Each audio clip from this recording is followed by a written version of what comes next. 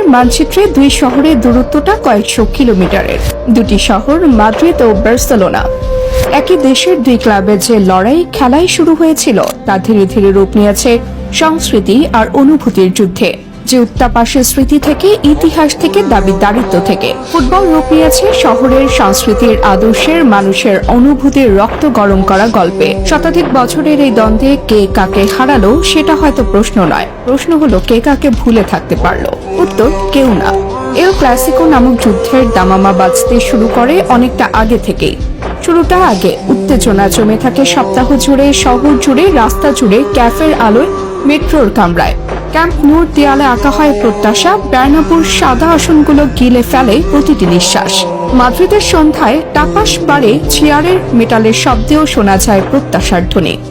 বার্সেলোনায় ক্যাফে দে লাস রাম্বোলাসের আলোয় চোখে পড়ে অস্থির উত্তেজনা।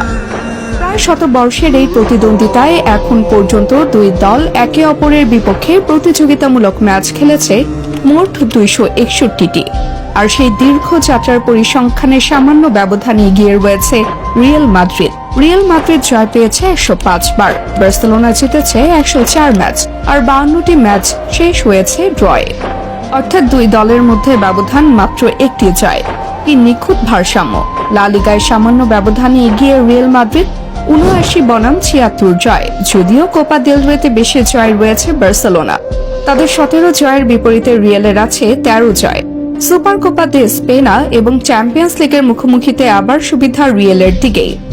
আন্তর্জাতিক ও ঘরোয়া মঞ্চ মিলিয়ে রিয়াল মাদ্রিদ এখন পর্যন্ত জিতেছে 106টি ট্রফি, আর বার্সেলোনা সংগ্রহ করেছে 102টি। দুই দলের পারফরমেন্স প্রায় যুগপৎ সমান। যুগ বদলেছে, খেলোয়াড় বদলেছে, কোচ বদলেছে, কিন্তু মাঠে নেমে প্রতিটি মিনিটে যে তীব্রতা দেখা যায় তা একই রয়েছে। সেই জিদান রোনালদিনহোর যুগ থেকে, মেসি রনের ধ্রুপদী লড়াই থেকে এখনকার ভিনি রাফিনহা, লড়াইটা সবসময় সমান তালেই এগিয়েছে, কেউ কাউকে ছেড়ে কথা বলেনি। আগামী রবিবারে এই দু দলের ক্লাশ রয়েছে। এই নিয়ে উত্তেজনার শেষ নেই। বার্সার হাতে সুযোগ আছে সমান সমান জয় নিয়ে মাঠ ছাড়ার। নতুন প্রজন্মের খেলোয়াড়দের হাতে এল ক্লাসিকোর দায়িত্ব। ভিনিসিয়াস, বেলিংহ্যাম, রদ্রিগোর বিপরীতে লামিন ইয়ামাল, রাফিনহা, গাভি, প্যাড্রিদের উপস্থিতি নতুন করে লড়াইকে উজ্জীবিত করছে। পরের ম্যাচে সমতা ফেরাতে পারে বার্সেলোনা, কিংবা ব্যবধান আরও বাড়িয়ে নিতে পারে রিয়াল মাদ্রিদ। গত মৌসুমে বার্সেলোনার বিপক্ষে 4টি ম্যাচে পরাজিত হওয়ায় এবার প্রতিশোধের চেষ্টা করবে রিয়াল। আর বার্সা চাইবে সেই রিদমটাই ধরে রাখতে।